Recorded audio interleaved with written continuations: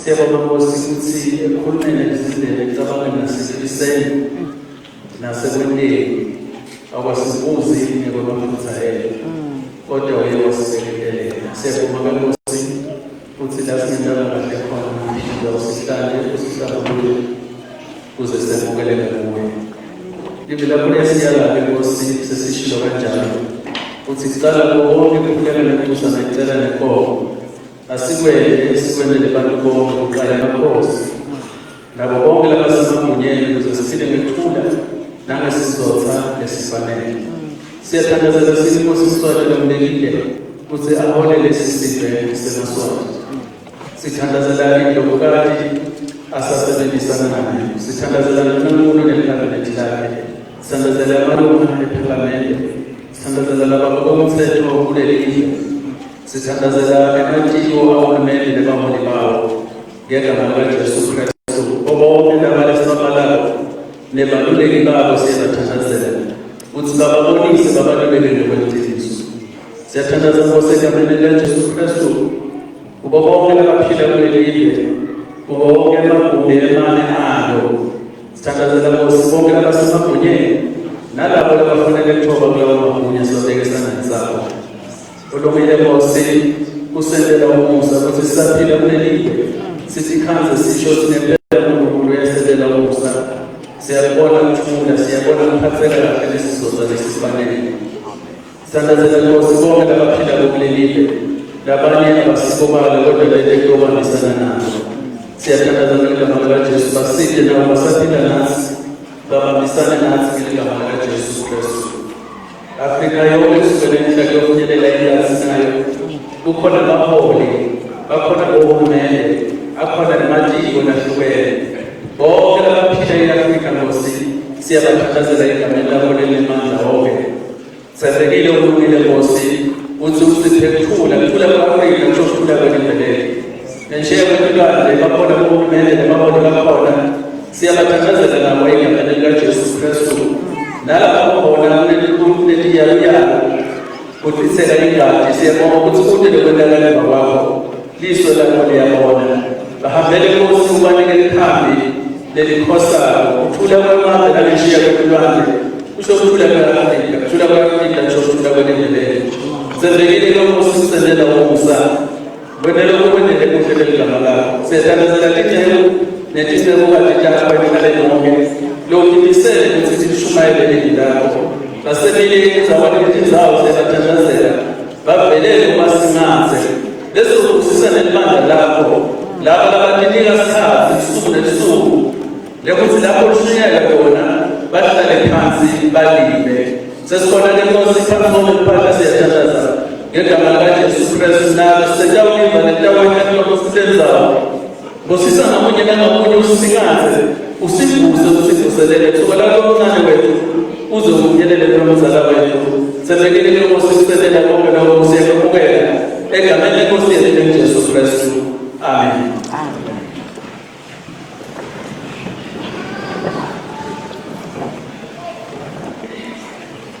Ingene moyeni wangu ilizila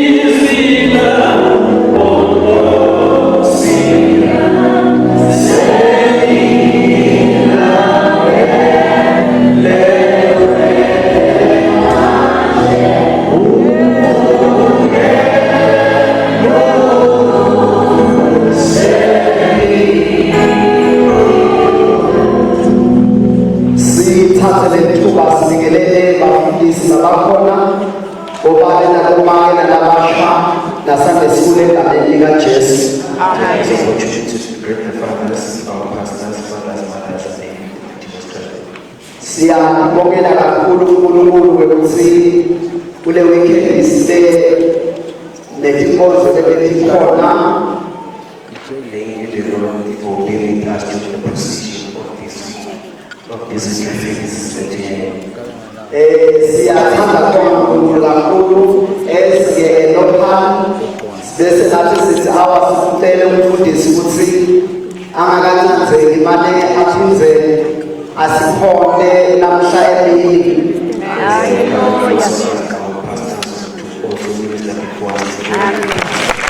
Hallelujah. bazalwane ngiyacela nje 2 minutes isikhathi bona ngisibona. And I asked to your time.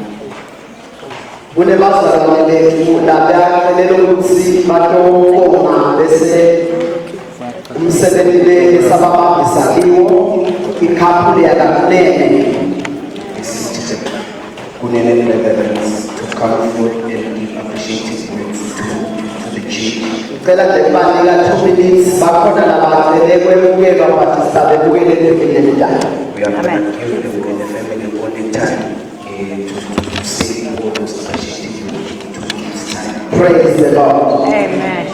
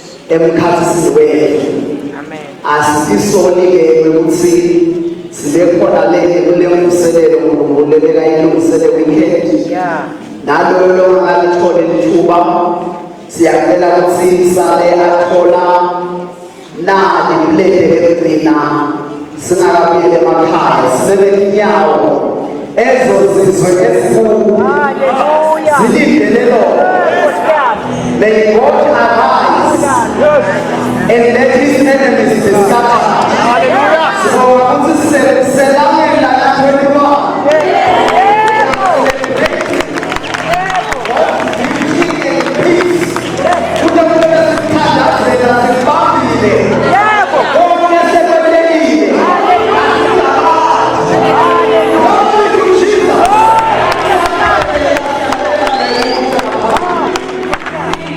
There is really nothing more.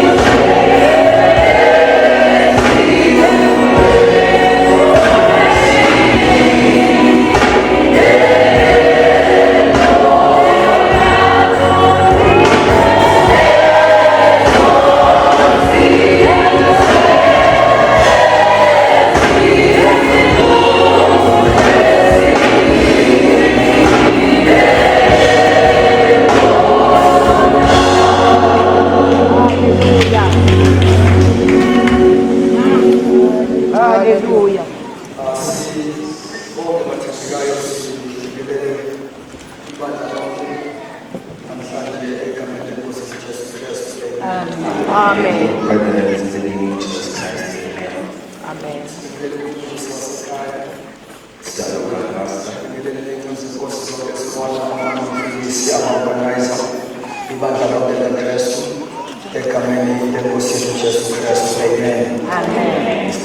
Pastor's wife,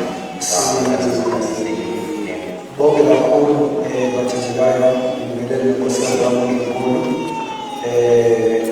uNkulunkulu angibusise ngaye sihlezi kahle kakhulu emshadweni.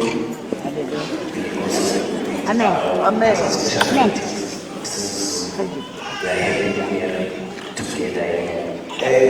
Amen. Amen. Sibonge nje kakhulu ithuba ukuthi uNkulunkulu asihloniphe nakule Sunday sime phambi kwebandla embabane sizokhonza abazalwane before sihambe sibonga ama-RCC nabemfundisi sekhaya and all the stakeholders esikhona. our appreciative ways to the RCC and for God to also permit us during the course of the weekend, our local pastor and all of us, the permit us till thus far. Sibonga umthandazo bazalwane, sibonga kakhulu lapho ubule khona ekhaya kumele sizenze kahle kakhulu basibusisa ngokusifikelela kamnandi ngokusiphatha kahle soke siyabonga uNkulunkulu sikhulekela babusise. Amen. Also, Pastor, special thanks to the family where we were residing. We had a very good time with the food. Our sleep there was all good. Thank God and may the God bless us. Amen. Siyathanda ukubonga kakhulu i-invite asithathe kancane basicelwe kule department abantu abasha besebenzisana nama-RCC nabafundisi bonke bendawo nama-organize abantu abasha asifuna ukuba sithathe kalula siyazi ukuthi i-honor leyo that we do not deserve. We also don't take it lightly the request that we got from the community, the RCC, and every stakeholder that was there for the request of us coming here. We are also grateful for that. Sizofisa abathandekayo ukuthi lesi sikhathi esinaso sibuke izwi lenkosi. In this meeting time that we have, can you look at the word of God? Cela ukuphinde nimhluphe futhi yazi ukuthi kade sinahlala sinahlala. Can we take to our feet once again? As we open in the book of Acts chapter 2 verse 42. Psalms Acts chapter 2 verse 42. We are going to read this scripture and pray 1 minute.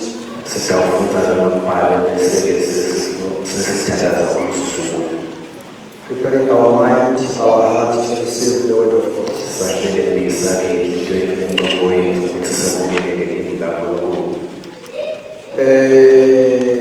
Can you read? Okay, let me read it in English for the sake of our understanding, all of us here.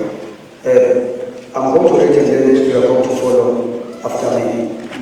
And they continued steadfastly in the apostles' doctrine.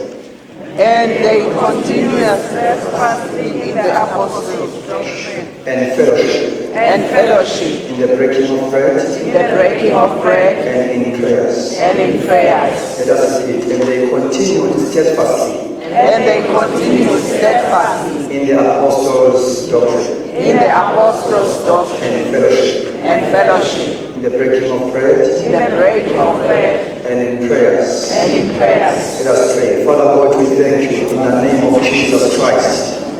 Siyabonga Baba uthekile ukufika zonke makhala shana kabasura. Kenda makaphala bakula masaka phakala musekeli bahaya.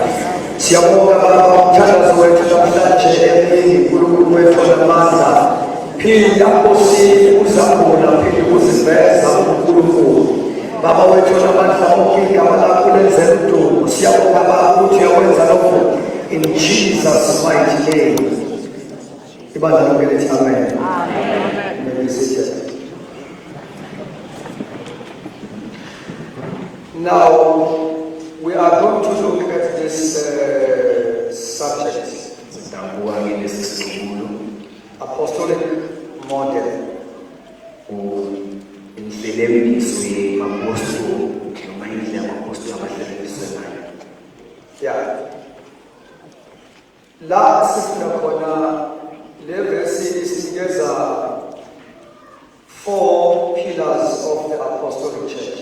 Where we have read lelembizo esinikeza insiyanetini sombolo mapostoli. Uma umoya wengcwelesa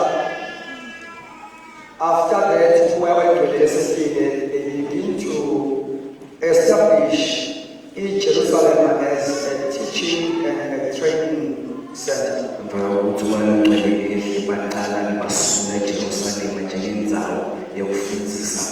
They began after Pentecost to equip the saints to do the works of Jesus Christ.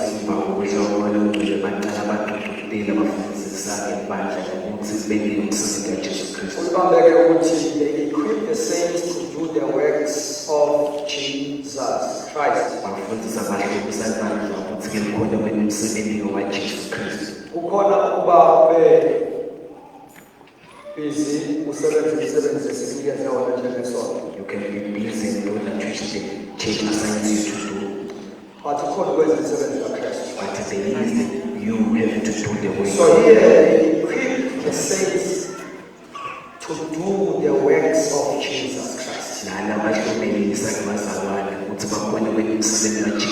When you read carefully the book of Acts chapter 8, you see that ordinary Christians were going all over the countryside, healing the sick, casting out demons, performing miracles, proclaiming the gospel, and planting new churches.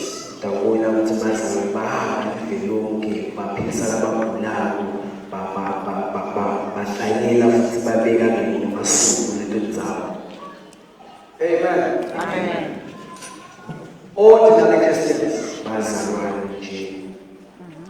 They went out because of persecution,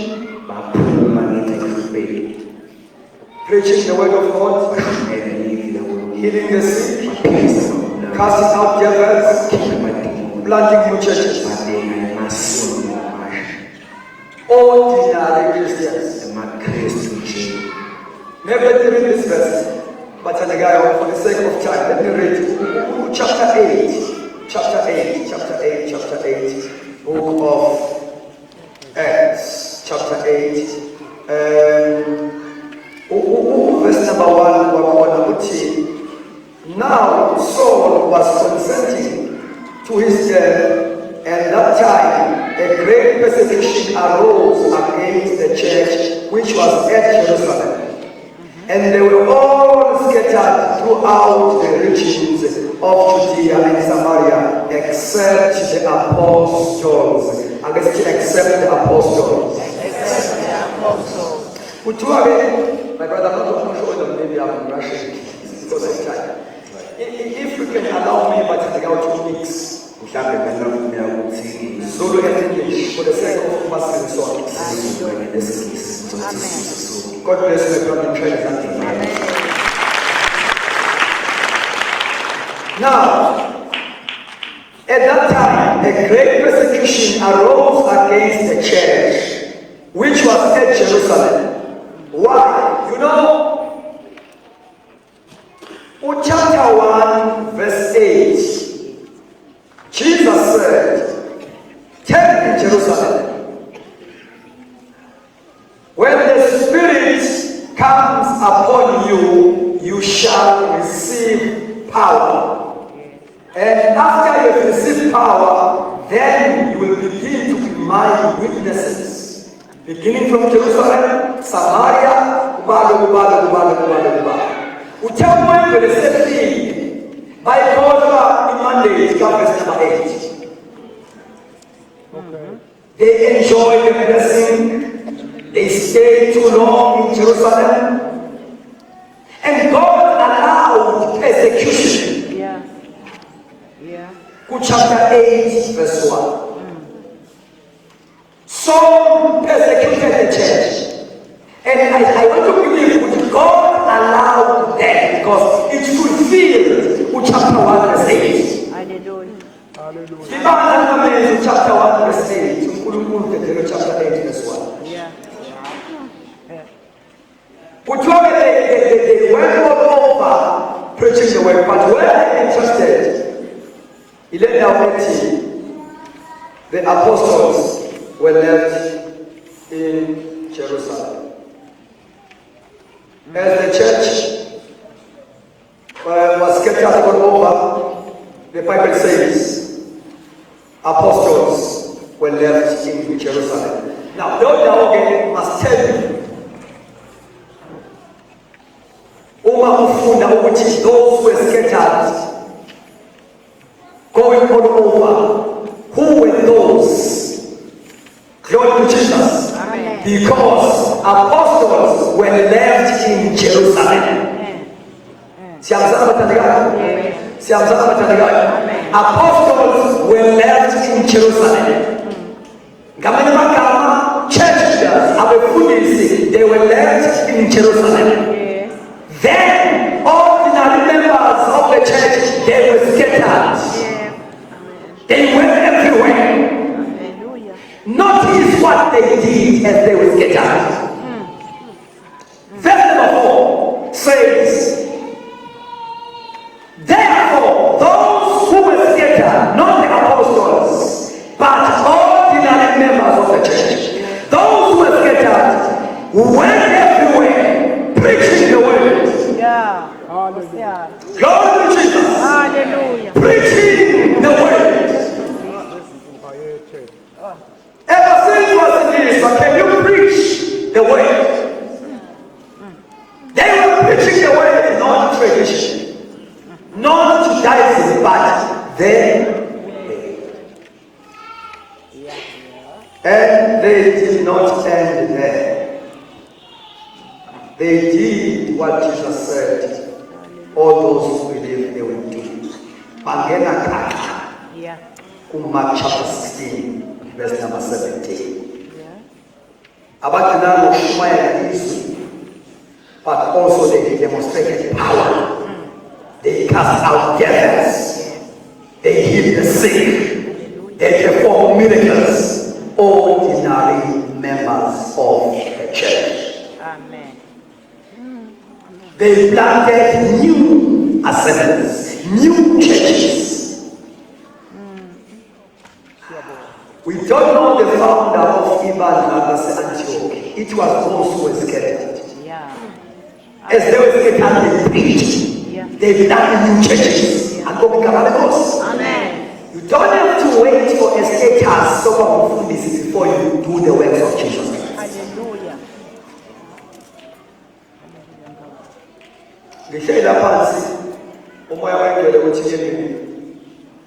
I must do a special prayer after this message for all those who have a sense of calling in their lives, males and females. If you are here, you have a sense that God is calling you. No more but we have a sense. The Holy Spirit said, I must lay hands upon those people after this teaching. Amen. Amen. So let's say again, they went everywhere and they preached the word of God. And verse number 5, ukhuluma ngentikoni uPhilip. Are we together? Amen. Ukhuluma ngani lesifo? Ntikoni. Etiyakho. Akasizwe lo muntu enzayo. Bona ntikoni eBhayibheli. Atikona ani? Bible. I know it. Shall I open? Verse 5.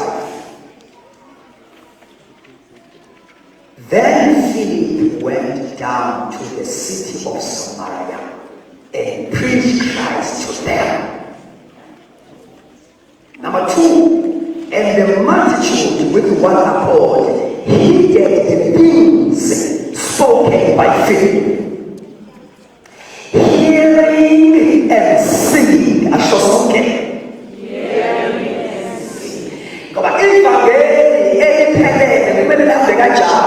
people must hear, and not only hear, they must also sing.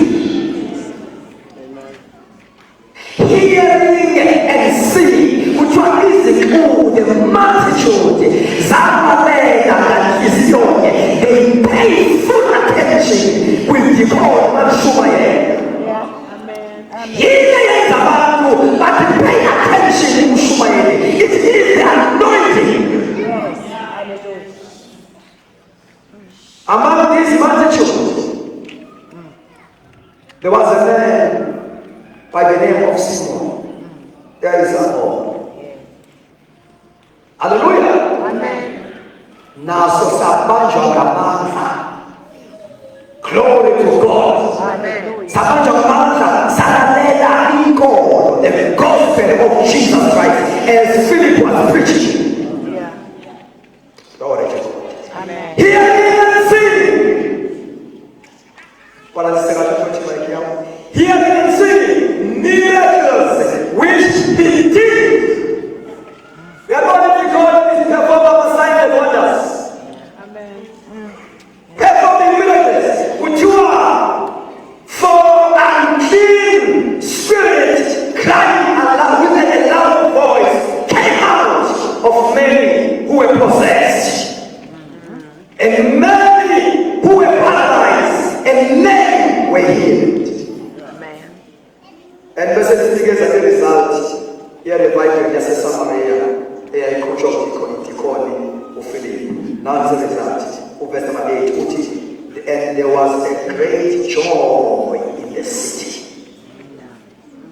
Father, what you are feeling if I am not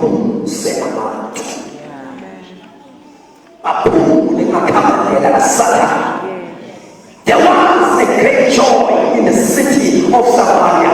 One man invaded that territory with a mercy upon him. Glory to Jesus. Hallelujah. He preached Christ to them, performing miracles, casting out devils. And the Bible says there was a great joy in the city. Amen. Amen. Oh, the other members of the church. Why did it called me that father away? I go back and embarrass our fathers. It's a more challenge. It's a more challenge. Go back and say, the tendency of which Uma went to call the family daughter. You see. And more Catholic, to call it even as a chief.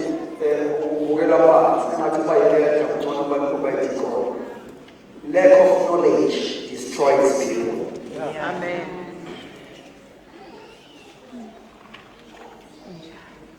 You don't qualify. No matter what I'm doing for this, I don't qualify to minister in the code.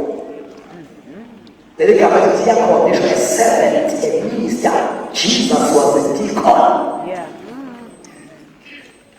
Actually, it's a foundation ministry. I get to all of us to say, I can think and now deacon. Glory to Jesus. Amen. Now, and to be a diacon does not mean that you are not anointed as you see, if you can compare yourself with elders. But now, eldership. Kupikona what it is a woman.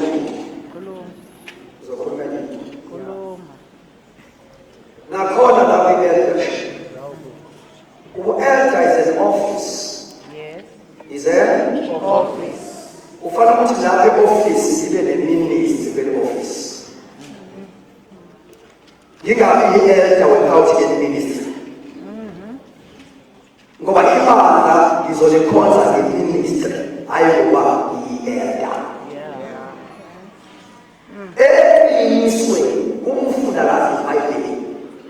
As we talk about in the fivefold ministry, that is a leadership of the church. That is a leadership of the church. Beginning from the local assembly, the fivefold ministers must be there, and it is those people who qualify to be elders. Because they are in this category at a local church level of being fivefold ministers.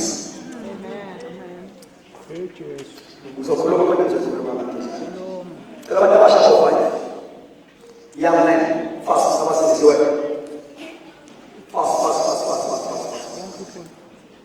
When the doctor graduated, come here. 5 young people. Glory to Jesus. Glory to Jesus. Glory. 1, 2, 3, 4, 5.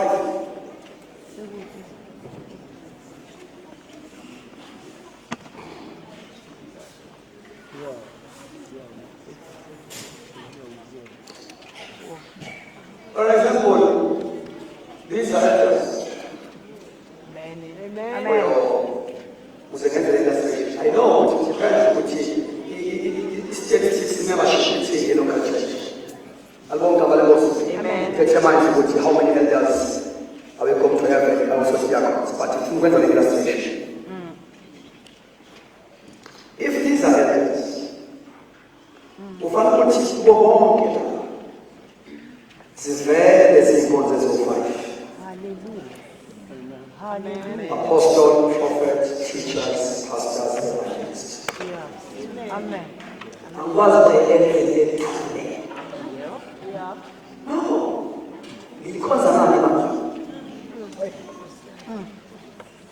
When God governs the local assembly, the commission, the 5 police, everything that's actually God will call our prophet, no teacher. That is a local assembly with prophets and teachers. Now, who should hear?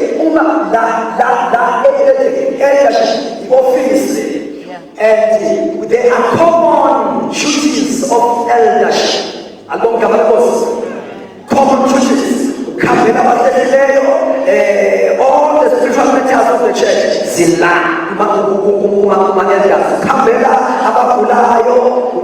the spiritual life of the local assembly. Those are common duties of elders. But who may be complementary at the end of the day? There must be an elder teacher, elder evangelist, elder pastor, elder apostle, elder prophet.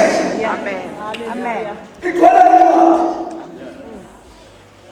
Yes, what I'm telling you. Pick whatever you want. If among the elders, it's an elder under what Vangeli or what it is, who should give the man is able to plant preaching points.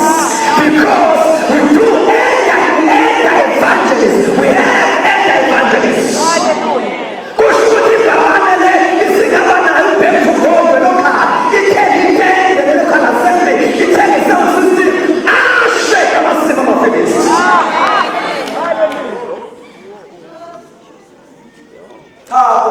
As a party is going back. Amen. No. Must have elder evangelists. Every this way. Even can I say, I can tell you I'm an elder and I'm called or say I'm a daughter. But I'm president of we want to money on my daughter. I just have to advance on my elder and I'm called. And I'm money on my daughter. But I didn't have who elder. As a result, no secretary what is carrying in the hand. Every Israeli, our God will lead our secretary. Leadership is not position, it is responsibility. You are able to lead from a position. In position is just an opportunity for what we express these abilities you have to lead.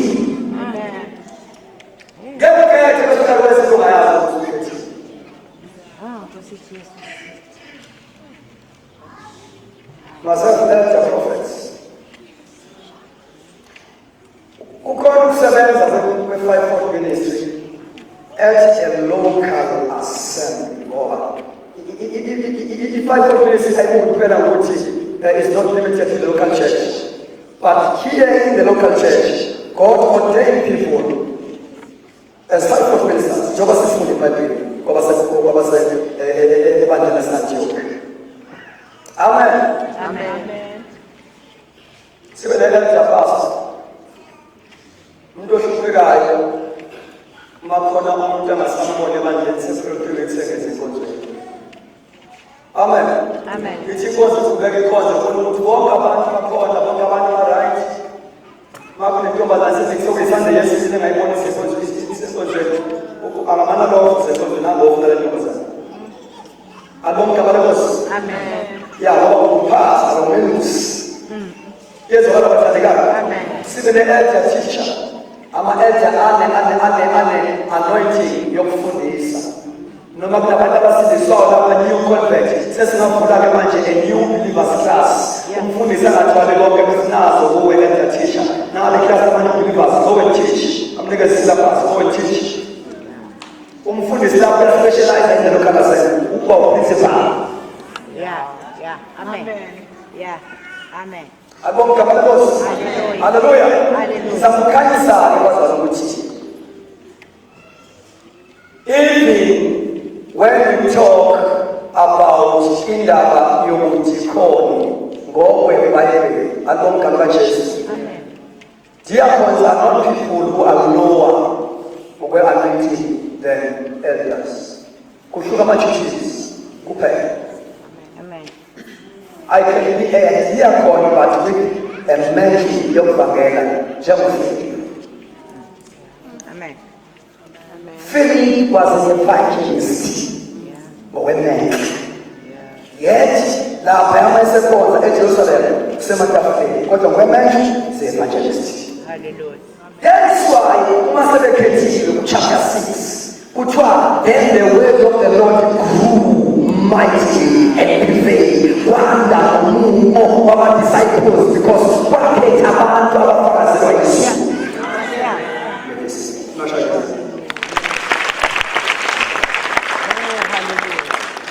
Ukuze sikwazi ukufika kwi-goal, kwi-purpose kaNkulunkulu ngebandla alibonke kaJesu, we must ask ourselves ukuthi yini esidrayivayo? What drives us as a church? Yiyona nto sitshela ukuthi are we heading on the right direction or no? When we speak about amabandla abakhona uzothola ukuthi there are different driving forces ezikhona noma relations ngokuhlukahlukana kwawo. I will mention a few and then bese-ke ngingena lokafusha bese siyathandaza. Now, I will going to give you just 4 remarkable driving forces of some denominations. Uma siziyaphambili bazalwane, we must ask ourselves, what drives us? What is our passion? Yeah. Hallelujah. What is our passion? He is right.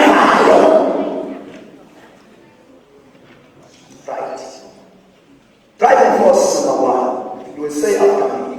Churches driven by events. Churches driven by events. Say it securely. Churches driven by events. Churches driven by events. Yeah. Who are driven by events. Equally, is to keep people busy. Yeah. A church may be busy without having a clear purpose of what it does. Ngithanda le statement Scarlett Warren. Most churches try to do too much and thus we wear people out. Basically, the older a church gets, the truer this becomes. Programs and events get added to the agenda without cutting anything out. Basically, a bloated or a full church calendar diffuses the age of a church. Those are the churches who are driven by events to keep people busy. Kungacheka nokuthi lento esisize ngayo ingabe we are still on the right track. Now, number 2, churches driven by program. Churches Programs. by program. Churches driven by programs. Churches driven by programs. Now, the energy is focused maintaining and sustaining programs of the church. All the energy is focused on maintaining and sustaining programs of the church. Usually, ego iyashifta kula abantu. Amen. Iyashifta from ukudevelopa abantu. Bese bakuthi we just fill up positions. Abonke abalekhosi ukuze kuqhubeke ama-programs eba ikhona ingakusafanele i-project development abantu, but we just fill up position ngabantu esibaziyo ukuthi bayawazi ama-programs enkonzo, kodwa asatsheki ukuthi kambe yona le program is still effective, is still working. Hallelujah. Now, again, if a program is this program still works, all we do is keep on putting people into position to push those programs, but we don't check these programs. Now, number 3, churches driven by finances. Churches driven by finances. Yabona ke lawo ke into ebaluleke kakhulu seyimali. Balulekile ukuthi njengechurch abantu sazi ukuthi why good stewardship and cash flow are essential for a healthy church. Finances should never be the controlling issue in the church, because the church does not exist to make profit. The church does not exist to make profit. We have got a mandate. Hallelujah. To make disciples of all nations. Now those churches who are driven by events, keeping people busy. Those churches who are driven by programs, maintaining the status quo. And there are those churches who are driven by finances. Nothing is important in those churches, Jeremiah. Number 4, churches driven by tradition. Let us say it again. Churches driven by tradition. Now, the goal of a tradition-driven church is to simply perpetuate the past. Perpetuate the past. A change is misinterpreted, is almost always negative. And stagnation must interpret stability when they are stagnant. Amen. Must interpret stability while they are stagnant. Unfortunately, not all of our traditions are helpful when building the church. Not all of our traditions are based on the word of God, or are consistent with the principles of the word of God. So we need to check ourselves. Among these driving forces, what drives us? Because the it is determined by the driving force that we have, which is now,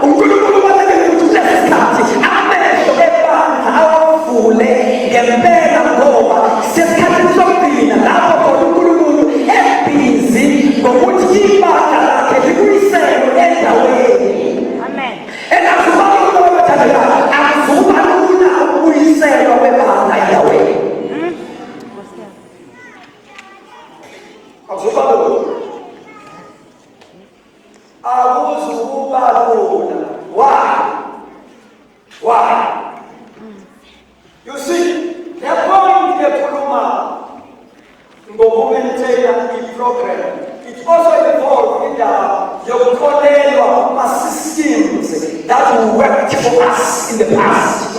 Yeah. Always when there is a new move will always demand new methods.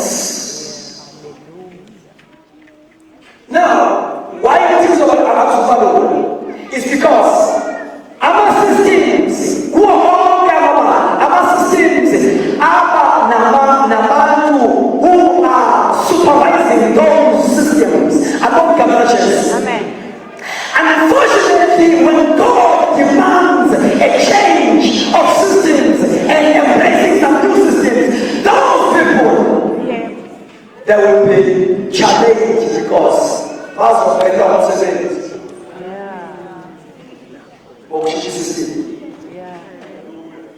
What you never was to access the system I said to serve. You know, this message is a lot of you. There are a lot of you. Who is a he used Moses used a rod.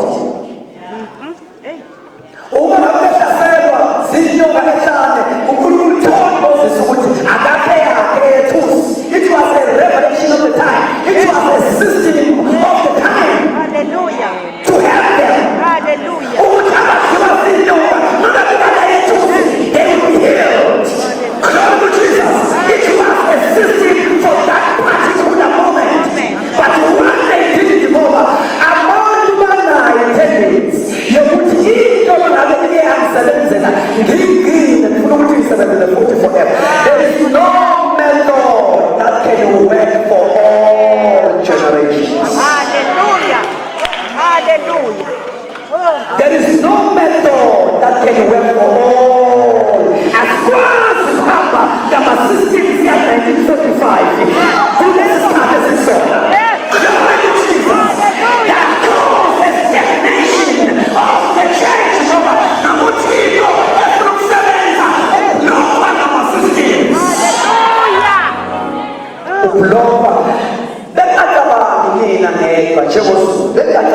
After COVID, singabuye sikhonze ngendlela esikhonza ngayo. After COVID.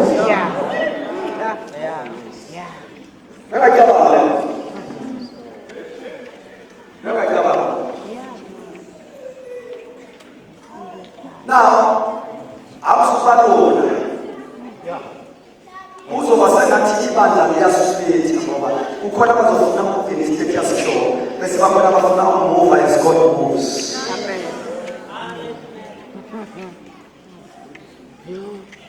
Lenyoka lethusi-ke wathi maseyitwa kamsile uMoses beze iphutha bayigcina bayigcina ethempelini baze bayinikeza igama bayiqamba igama bayishisela impepho bayikhonza. uNkulunkulu ezegcoba a new king by the name of Hezekiah. Kwafanele ukuthi Hezekiah angile kuqala nama-systems before uzongena kwi-agenda kaNkulunkulu. Into yokuqala uHezekiah ayenzile kwewadiliza indawo ephakemeyo ethempelini washaya ama-altar. Glory to Jesus. Wathatha inyoka yethusi wayibreaka into pieces. Glory to Jesus. Hallelujah. Hallelujah. Washintsha manje ifocus ngoba i-object of their worship was no longer God, but it was these things. Glory to Jesus. Esizwe ibona. Bewazalwa. Lento uNkulunkulu ayenzayo ezizogcina ngebantu asikwazi ukuba si-enjoy, si-experience with all the system.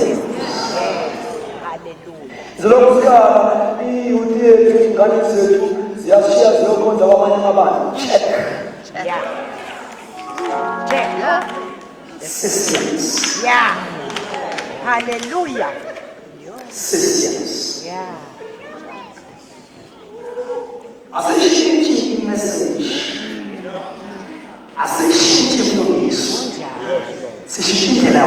approach. Now the gospel will never change. The gospel, make no mistake, the gospel will never change. In your membership, the system. Hallelujah. The system. Whatever move church, ma esekata over, ma sekwele church dan. Whatever move to die, tinasema nani umefule. Whatever I use, they will go. It's God to find the song for all. It's God that was telling you. It's God.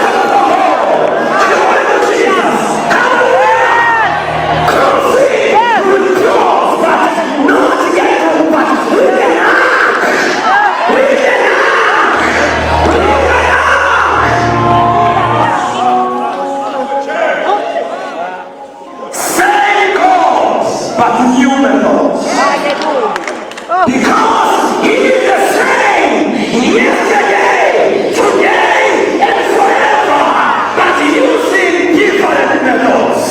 Glory to Jesus, but the same God of our people is the God.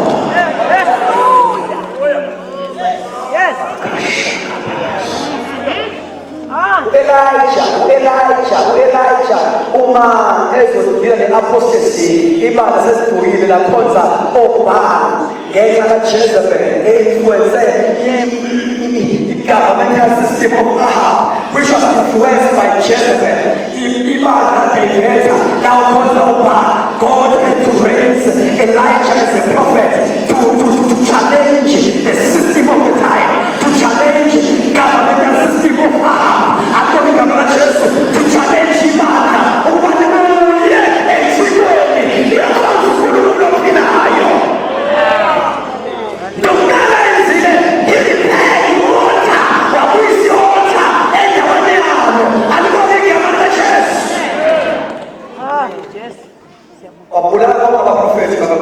Yeah. Okay.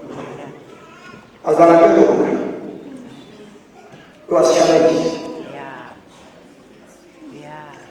Everything to offer us as Assemblies of God.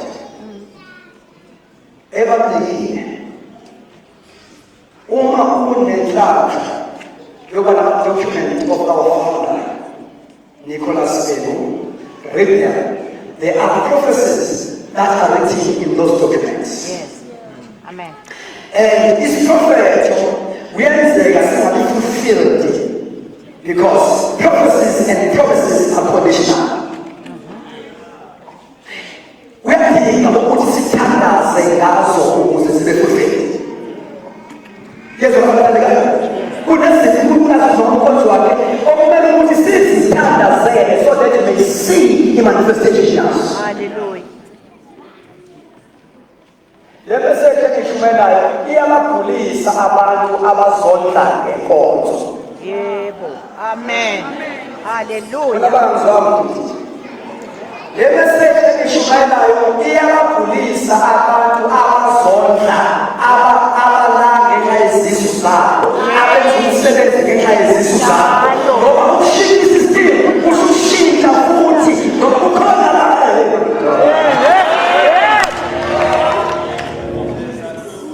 Yebo Jesu. Yeah. Indawo yokuzozondla. So we are pushing God's agenda. Yeah. Amen. Njengoba ushumayela nje, ngishumayela esithini ngoba angishumayeleli ukunikelela, ngishumayela ishumi. Amen. Shumi, oh no, shumi. I have to preach the truth. Yeah. Hallelujah. Amen. Ngoba ubheki wahamba esepay ukulalela malokho. Ibandla leli laselishintshile lingasasifuni iqiniso. Uthi kwendawo kungamazofele. Uthi uma ningalifuni iqiniso ngomshiya, yiyo bafunayo imshiye ngoba izwa. Yeah.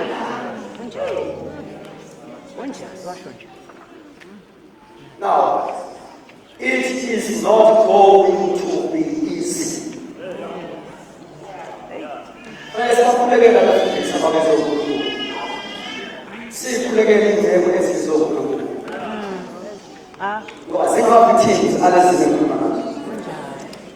Umoya kaJezebel ebantwini fear and because they can't preach truth because of the spirit of judgment. Oh, Nkosi yami.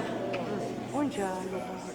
Umoya kaJezebeli uyesabisa noma umephuphile uyesabisa nje uzothi ngiyanyathela kuthiwe uzothi ngiyanyathela nyathela mshukuru Yes.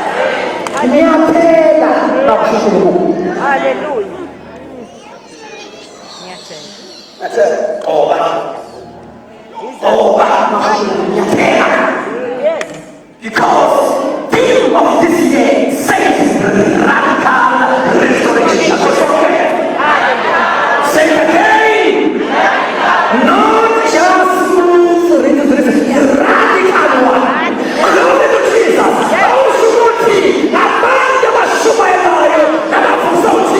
They must pray for Jeremiah anointing. Who was anointed to uproot? Who was anointed to destroy? Who was anointed to build? Glory to Jesus. Hallelujah. Anointing is the anointing that we need for radical restoration. Yes. Hallelujah. Yabonga Nkosi. Mabisi ukuthi ngizodwa nabantu abakuzo. Hallelujah. Oh. EkaJesu abaleka phela. Hallelujah. Hallelujah. EkaJesu. Hallelujah. So, it is not going to be easy bathandekayo. Yes, Jesus. Uma likhona esizokwenza endaweni yami. Kuthi ukuthi ibandla lisupport abantu ababiziwe ngama prayers. Ukuze bayihlanze inhliziyo kaNkulunkulu. Bayihlanze inhliziyo kaNkulunkulu. Kunabantu la ebandleni othola ukuthi noma uNkulunkulu esekhulume kanjani bathakayo. If you can face back and listen our messages from Tabanchu Convention, powerful radical messages. Amanye amazwi ukuthi uNkulunkulu manje la unephelo umoya ngcwele isikhuli akomgama kaJesu. Hallelujah. But ibandla is very stubborn to repent.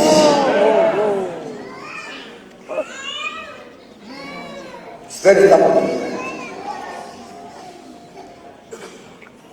Our challenge, let me show my balance.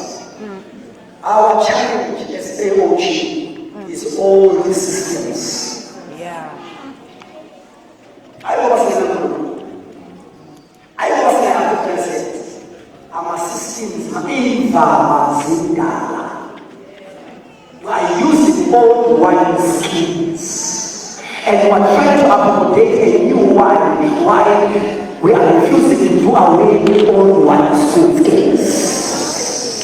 Iwayini elisha alikwazi ukungena emkhonteni zivame indala kwazophuma.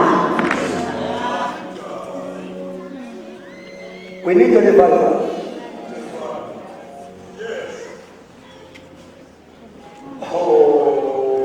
Kunezinto uNkulunkulu azikhuluma ngabakhonzi bakhe. Yes. Ezasingama-16 zivela kuNkulunkulu. Kodwa ngenxa yokuleka understand ukuthi kunezinto ongamele sibambelele kuzo at the expense of imove kaNkulunkulu yangaleso sikhathi. Ucaba kunenyoka eyayibulawa uEzekiel. Yayivela sasa. Yayisamba ezivele enkosini. Amen. Phela wena uzomtshela ukuthi lezi zinto umkhosi kaThixo wayethatha uNkulunkulu. uMoses wayekhathe enkosini but Hezekiah destroyed it. Hallelujah. Ibe yayivele enkosini ngoba i-lack of understanding ukuthi God has got a progressive revelation. Akomgama kaJesu, God is not stagnant. Yeah. Even the word of God is a progressive revelation. Kunezinto uNkulunkulu akazange azambule to our forefathers. Azivile le generation. Jesus. Hayi lento evele enkosini uthini umfana? Yes, all this is still that what we are using. Umkhosi kaNkulunkulu wayethatha ivele enkosini. Hallelujah. But it was the revelation of the time. Yeah. Amen. inkinga yethu iyodwa as-AOG. Sicabanga ukuthi uNkulunkulu wathi uyekile ukukhuluma wathi ngoba kuphela akusakhuluma njalo. That's our problem. Sikholwa uNkulunkulu wakhuluma to our forefathers. Sicabanga ukuthi wakhuluma wathi uNkulunkulu usakhuluma kuze namhlanje. Kunjalo baba. uNkulunkulu usakhuluma kuze kube namhlanje. Into nje asethembi laba akhuluma kubo, sethemba loya laba bavusa after those founders asibathembi sithemba lokho kanti uNkulunkulu is a speaking God. Hallelujah. Jesus. Let me prove something to you. Let's say that. Yes. Read in New King James, Ephesians chapter 3. Read verse number 4 and 5. And I'm about to pray now. Ephesians chapter 3, verse 4 and 5. Yeah. Whereby, when ye read, ye may understand my knowledge in the mystery of Christ, which in other ages was not made known unto the sons of men, as it is now revealed unto his holy apostles and prophets by the Spirit. Yeah. Then I'm to verse number 5. You tell us which one that let's pay more attention to this. Amen. Amen. Thank you, my sister. Which one? By which, when you read, you may understand by knowledge in the mystery of Christ. Verse 12, verse 5. We are not anything interested there. We are. The mystery, which in other ages was not made known to the Son of Man. This mystery was not made known to other ages past. Right. Verse 12, as it has now been revealed by the Spirit to his holy apostles and prophets. Usho ukuthi izinto uNkulunkulu angazembulanga kuma ages generation past uyazambula manje. Hallelujah. Through apostles and prophets. Hallelujah. Each and every generation has got a now word of God. Hallelujah. Hallelujah. Each and every generation has got a now word of God. That's also a now word of God. Hallelujah.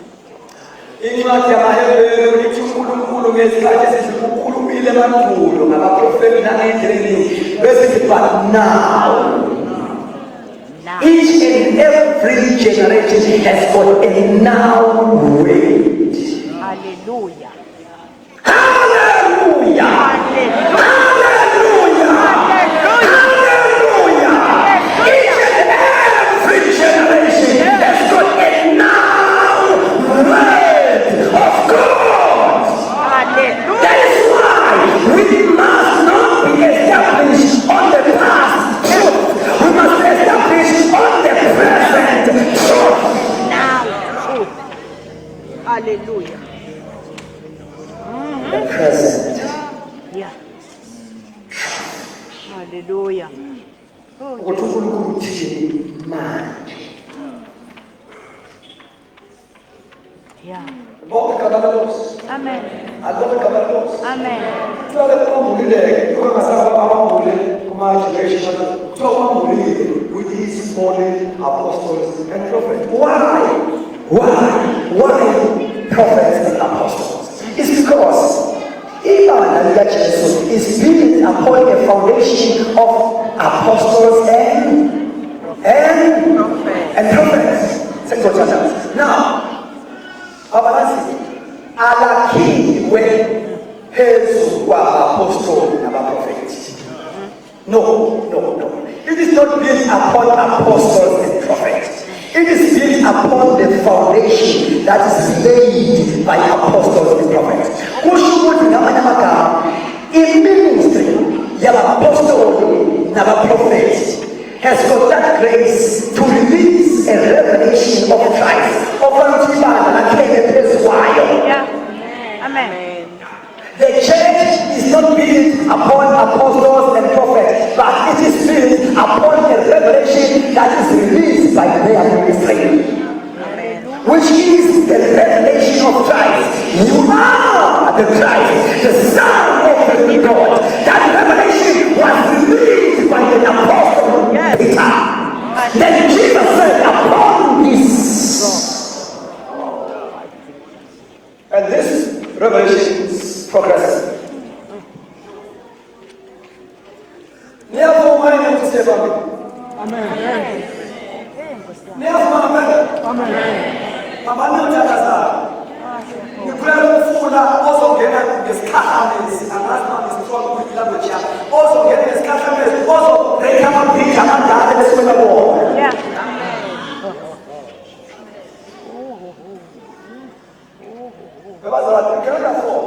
I want to pray. We cannot afford to fast food.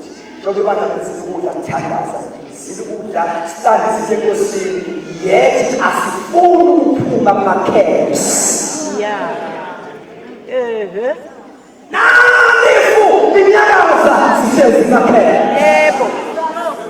Once the cloud move, uMoses ehamba nalo, kufanele ukuthi isizwe sikayijwayele siphuma kuma-camps, silandele i-cloud. Glory to Jesus. Hallelujah. Let us ignore is a movement in June.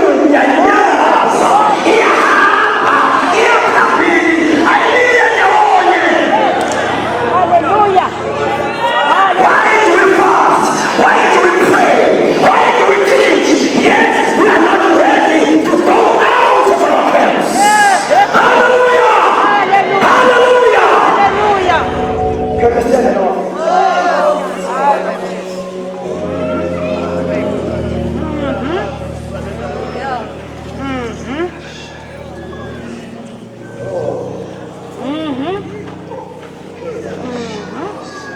Yes.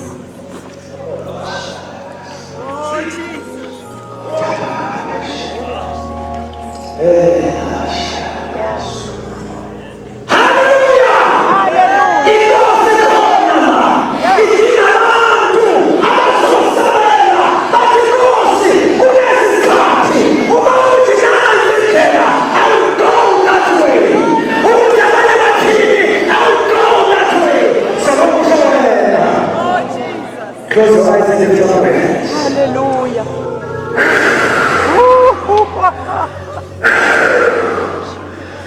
Moya oyindwele. Moya oyindwele. Vusa abantu benhliziyo yakho egameni likaJesu waseNazaretha. Vusa abantu benhliziyo yakho negama likaJesu. Noma bashana bangasenga. So no benza indawo yakho, so no push agenda yakho. Protect them.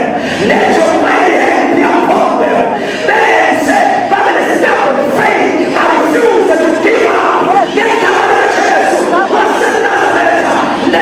them preach it. No matter who me. In season and out of season. Hallelujah. Hallelujah. Those with a sense of calling can rise and come forth. Economic church was in Nazareth. Those with a sense of calling in their lives, no longer is a group, but just with that sense, God is calling me. God is calling me. God is calling me. I'm hearing people know about the God is calling me. I'm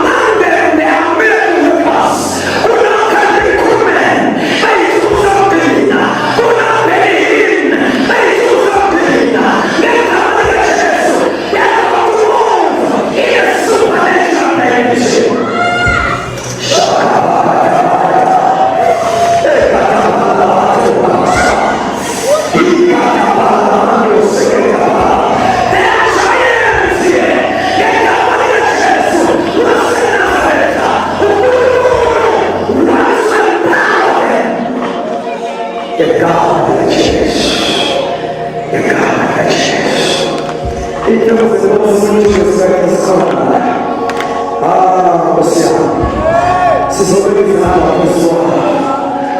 Uphele abantu abasizana. Sibonge lesethi sonke kuqala. Sibonge ukukhuluma kakhulu. Before sibekeza abantu bathi uNkulunkulu isikhathi already.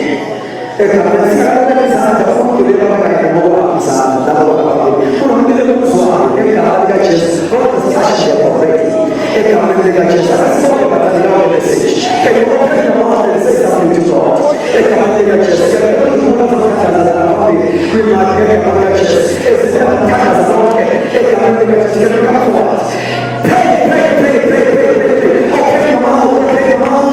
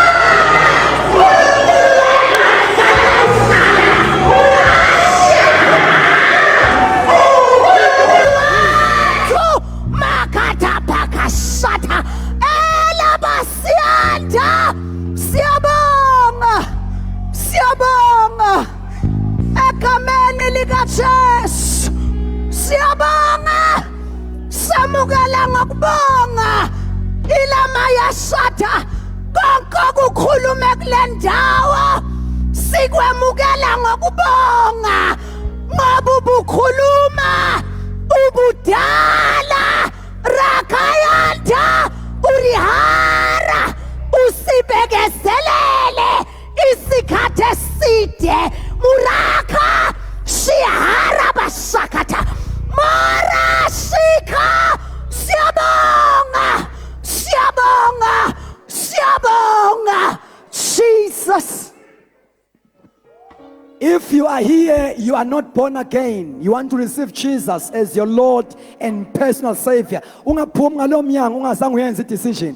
Uma ukhona la ndawo, you want to receive Jesus as your Lord and your personal Savior. Can you raise up your hand where you are?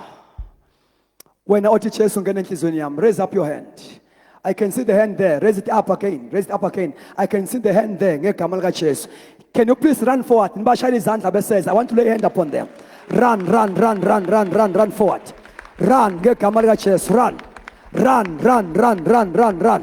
In the name of Jesus. Amazulu amngenyawo. Izulu liyacelebrate liyahlokoma egameni lika Jesu waseNazaretha. Glory to God. Lift up your hands. The Bible says, if any man is in Christ, is a new creation. Namhlanje nezidalwa ezintsha.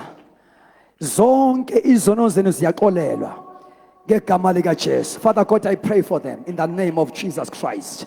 I pray for them. Ngegama lika Jesu. I dedicate their lives to Jesus. Egameni lika Jesu. I usher them all ebukhoneni bakho ngegama lika Jesu enamandla. Bembathise Nkosi from now on. Bembatha amandla ngegama lika Jesu waseNazaretha. Amen. Kubani ozobasiza? Who is going to help them? Please, can you please follow this, brother? And then I'm putting a camera on Jesus. Zonke izindlela zakhe zona zilungile